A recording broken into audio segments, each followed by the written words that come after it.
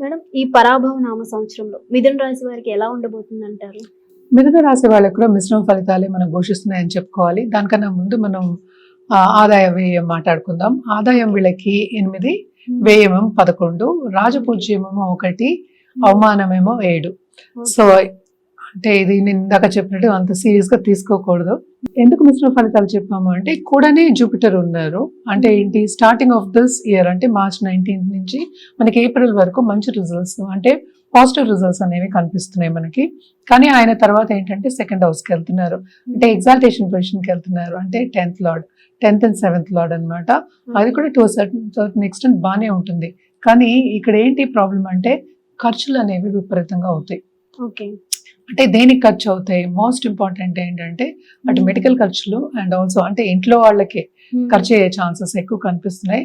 And also ఏంటంటే ఆదాయం వస్తుంది కానీ ఖర్చులు అనేవి చాలా ఎక్కువ. ఇందాక మనం మాట్లాడుకున్నాం అదే. సో చాలా ఖర్చులు అంటే భయంకరంగా ఉంటాయి. అంటే ఎందుకు ఖర్చు పెడుతున్నామో తెలియకుండా ఖర్చు పెట్టడం అనేది జరుగుతుంది అనమాట. అదొకటి కాకుండాను మనం చూసాము అంటే కూడా కేతు కూడా మూవ్ అవుతున్నారు డిసెంబర్కి. సో ఆ టైంలో అంటే ఏంటి, సెకండ్ హౌస్కి కొంతవరకు ప్రాబ్లమ్స్ వచ్చే ఛాన్సెస్ మనకి కనిపిస్తున్నాయి. ఇంట్లో కూడా ఏంటంటే అంత సిచ్యువేషన్ అంటే పీస్ఫుల్ సిచ్యువేషన్ అనేది కనిపించట్లే. విభేదాలు వచ్చే ఛాన్సెస్ అంటే ఫ్యామిలీలో కుటుంబ రీత్యా అంటే అందరూ సన్నిహితంగా ఉండడం అవన్నీ కనిపించట్లేదు అనమాట. సో ఇట్ ఈస్ కొంత డిఫికల్ట్ పీరియడ్ ఇన్ డిసెంబర్.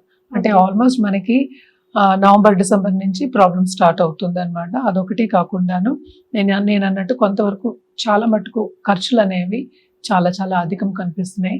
అదొకటి కాకుండా ఇంట్లో ఏంటంటే శుభకార్యాలు జరిగే ఛాన్సెస్ అనేవి మనకి ఎక్కువ కనిపిస్తున్నాయి. దాని మీద కూడా ఖర్చు పెట్టాలి.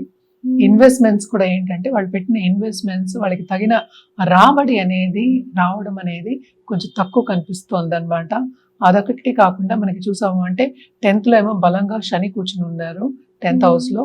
సో ఆయన ఏంటంటే చాలా మటుకు శ్రమ పెడతాడు. అంటే శ్రమకి తగిన ఫలితం అనేది కొంతవరకు ఎక్స్పెక్ట్ చేయొద్దు అని చెప్తూ ఉంటారు. అంటే శ్రమ అనేది చాలా చాలా అధికం. దేంట్లో అధికం, మీరు చేసే పనిలో ఏంటంటే బాధ్యతలు ఎక్కువ ఇస్తారు. అటు ప్రమోషన్స్ వస్తాయి, మీకు పదవి ఉంటుంది, అన్నీ ఉంటాయి. కానీ ఏంటంటే యాంగ్జైటీ అంటే ఏంటి, మనకి ప్రెషర్ అనేది చాలా ఎక్కువ ఉంటుంది. అలాగే మెంటల్ ప్రెషర్ ఎక్కువ అవుతుంది. అంటే మనకి వర్క్ ప్రెషర్ ఎక్కువ ఉన్నప్పుడు అన్ని ప్రెషర్స్ ఎక్కువ అవుతాయి. So to a certain extent కోపతాపాలకి గురి అవ్వకూడదు అనేది మోస్ట్ ఇంపార్టెంట్. అదొకటి కాకుండాను మోస్ట్ ఇంపార్టెంట్ ఏంటంటే స్టార్టింగ్ ఆఫ్ దిస్ ఇయర్ మనకి ఈ రాశికి అధిపతి తెలుసు మనకి బుధుడు అయ్యారు. బుధుడు కూడా ఇప్పుడు ఏంటంటే ప్రస్తుతం మనం చూసామంటే కుంభంలో ఉన్నారనమాట. So to a certain extent ఏంటంటే మనకి భాగ్యం అనేది డెవలప్ అవుతుంది. అంటే ఏంటి, బిజినెస్ పీపుల్ ఉన్నారు, సో పార్ట్నర్షిప్ బిజినెస్ డెవలప్ అవుతాయి, సో బిజినెసెస్ డెవలప్ అవుతాయి. కానీ దాంట్లో కూడా టెన్షన్ అనేది ఎక్కువ ఉంటుంది. అంటే ఏంటి, వాళ్ళకి ఏంటంటే పీస్ఫుల్ లైఫ్ అంటే మనం చేసే పనిలో తృప్తి అనేది కొంచెం తక్కువ ఉంటుంది అనేది ఇయర్ మనం చెప్పడం అనేది జరుగుతుంది అనమాట. అలాగే లవ్ రిలేషన్షిప్ కానీ లేకపోతే దాంపత్య జీవితంలో కానీ వీళ్ళకి కూడా సర్టన్ ఎక్స్టెంట్ మనం చూసామంటే ఇంటర్పర్సనల్ రిలేషన్షిప్ దెబ్బతినే ఛాన్సెస్ మనకి ఎక్కువ కనిపిస్తున్నాయి అనమాట. అలాగే మనం చూసామంటే కూడాను ఇప్పుడు మెడికల్ గా కూడా నేను ఇందాక చెప్పాను, ఖర్చు పెట్టే సూచనలు మనకి ఎక్కువ కనిపిస్తున్నాయి. మోస్ట్ ఇంపార్టెంట్ ఏంటంటే ఈ రాశిలో ఉన్న వాళ్ళ పిల్లల్ని సెటిల్ చేయడానికి, పెద్ద పిల్లలు ఉంటారు, అన్ని ఏజెస్ లో పిల్లలు ఉంటారు కదా, సో వాళ్ళని సెటిల్ చేయడానికి ఖర్చు పెట్టడం, వాళ్ళ మీద పిల్లల మీద అంటే కుటుంబ పరంగా ఇందాకనే చెప్పినట్టు ఖర్చు పెట్టడం అనేది కొంచెం ఎక్కువ కనిపిస్తోంది. ఏదైనప్పటికీ ఈ సంవత్సరం మొత్తం వీళ్ళకి ఖర్చు అనేది చాలా ఎక్కువ కనిపిస్తుంది అనమాట. రాబడి అనేది కొంచెం తక్కువ ఉంది. అలాగే స్టాక్ మార్కెట్ ట్రేడింగ్ లో ఉన్న వాళ్ళు కానీ కమోడిటీ ట్రేడింగ్ లో ఉన్న వాళ్ళు కానీ లాసెస్ వచ్చే ఛాన్సెస్ కూడా మనకి ఎక్కువ కనిపిస్తున్నాయి అనమాట. కానీ నేను ఇందాక చెప్పినట్టు డిసెంబర్ లో ఇప్పుడేమో మారుతున్నారు, కేతు మారుతున్నారు. సో అది 2వ house కి వచ్చినప్పుడు కొంతవరకు ఫైనాన్షియల్ స్టెబిలిటీ ఉన్నప్పటికీ అది కూడా ఏంటంటే నిలబడదు, ఈజీగా వెళ్ళిపోతూ ఉంటుంది అనమాట. సో ఎందుకు వస్తోంది, ఎందుకు వెళ్ళిపోతోంది అన్న పరిస్థితి అనేది ఈ ఇయర్ లో వాళ్ళకి మిథున రాశి వాళ్ళకి కనిపిస్తోంది. తప్పక ఏంటంటే వాళ్ళ కెరియర్ పాత్లో పైకి వెళ్ళడం అనేది మనకి కనిపిస్తోంది అనమాట. బిజినెస్ లో కూడా కొంతవరకు విస్తరింపు అనేది కనిపిస్తోంది. ఎస్పెషల్లీ మనం చూసాము అంటే కనుక పార్ట్నర్షిప్ బిజినెస్ లో కూడా పైకి వెళ్ళే ఛాన్సెస్ మనకి చాలా ఎక్కువ కనిపిస్తున్నాయి. ఎవరికైనా సరే ఏంటి ఫైనాన్షియల్ పొజిషన్ ఎక్కువ అడుగుతూ ఉంటారు. సో వీళ్ళకి మిశ్రమ ఫలితాలు ఘోషిస్తున్నాయని చెప్పడానికి కారణమే ఫైనాన్షియల్ అప్స్ అండ్ డౌన్స్ చాలా ఎక్కువ ఉన్నాయి. అండ్ ఆల్సో స్టూడెంట్స్ కూడా ఈ రాశిలో ఉన్న స్టూడెంట్స్ తప్పక చాలా మటుకు శ్రమ పడాలి. చాలా శ్రమ పడితే గానీ వీళ్ళకి ఒక పని అవ్వదు. వాళ్ళు అనుకున్న రీత్యా సాధించడం అనేది జరగదన్నమాట. కానీ నిరుద్యోగులకి తప్పక ఉద్యోగ అవకాశాలు వస్తే గానీ వాళ్ళు అనుకున్న రీత్యా ఉద్యోగ అవకాశాలు అంటే ఏంటి, ఆ రాబడి అనేది కొంచెం తక్కువ వచ్చే ఛాన్సెస్, అంటే నా చదువుకి తక్కువ వచ్చే ఛాన్సెస్ అనేవి మనకి ఎక్కువ కనిపిస్తున్నాయి అన్నమాట. అంటే ఆపర్చునిటీస్ వస్తాయి కానీ ఎందుకో ఆపర్చునిటీస్ కొంతవరకు మనం అనుకున్నవి రావు, మనం అనుకున్న రీత్యా. దాంట్లో కూడా సాటిస్ఫాక్షన్ అనేది ఎక్కువ కనిపించలే, డిస్సాటిస్ఫాక్షన్ అనేది ఎక్కువ కనిపిస్తోంది. సో మిథున రాశి వాళ్ళకి పరాభవ నామ సంవత్సరం అంతా కొంతవరకు ఎత్తు తగ్గులు అనేవి మనకి ఎక్కువ కనిపిస్తున్నాయి అన్నమాట. సో మరి ఈ రాశి వారికి ఇన్ని మిశ్రమ ఫలితాలు ఉన్నాయి కాబట్టి ఎలాంటి పరిహారాలు చేస్తే బాగుంటుంది అంటారు మ్యామ్? వీళ్ళు కూడా ఏంటంటే తప్పక ఫస్ట్ శని కాళ్ళు పట్టుకోవాలి, తర్వాత గురు కాళ్ళు పట్టుకోవాలి. ఈ ఇద్దరు కాళ్ళు పట్టుకోవాల్సిందే. సో ఇవన్నీ నేను చేయలేను అన్న వాళ్ళు తప్పక వెంకటేశ్వర స్వామిని కొలవండి. అంటే వడ్డీ కాసుల వాడు, ఆయన్ని ఎవ్రీ సాటర్డే కొలవండి, చాలా మంచిది.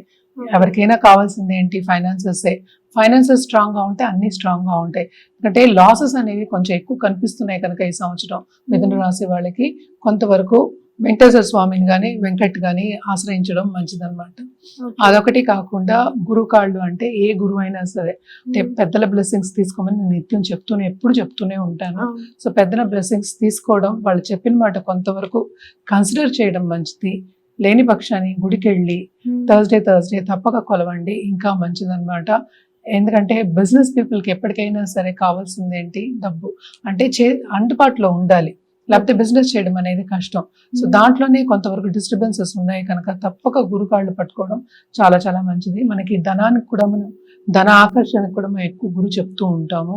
సో గురువుని తప్పక మన కాళ్ళు పట్టుకోవడం కానీ ఆయన బ్లెస్సింగ్స్ ఉన్నాయి అంటే కనుక తప్పక ముందుకెళ్ళడం అనేది ఇంకా ఈజీగా ఉంటుంది కనుక వీళ్ళకి తప్పక గురువుని కొలవండి అని చెప్పడం జరుగుతుంది. అలాగే మనం చూసామంటే గోల్డ్ కానీ మెటల్ అంటే హైయెస్ట్ మెటల్, ఇప్పుడు డైమండ్స్ కానీ గోల్డ్ కానీ, డైమండ్ మళ్ళీ మనం వీనస్ చెప్పుకుంటాం, గోల్డ్ ఫస్ట్కి మనం ఎక్కువ జూపిటర్ చెప్పుకుంటాం. సో అలాంటి ఇప్పుడు క్రయ విక్రయాలు చేసేవాళ్ళు, మెటల్ రంగంలో ఉన్నవాళ్ళు, జెమ్స్ రంగంలో ఉన్నవాళ్ళు, వీళ్ళందరికీ కూడా ఏంటంటే లాభాలు రావాలి అంటే తప్పక గురువుని కొలవడమే బెస్ట్ అన్నమాట.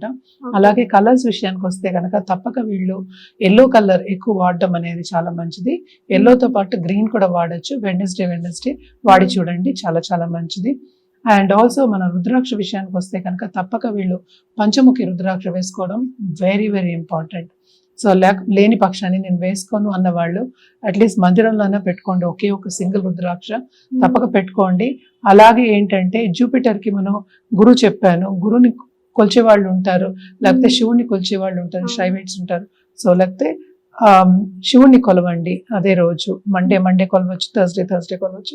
సో తప్పక రుద్రాక్షకు కూడా రుద్రాభిషేకం చేసినప్పుడు, నీళ్లతో అభిషేకం చేసినప్పుడు కానీ ఎనీ అభిషేకం చేసుకున్నప్పుడు రుద్రాక్ష కూడా అక్కడ పెట్టి చేయడం అనేది మంచిదన్నమాట.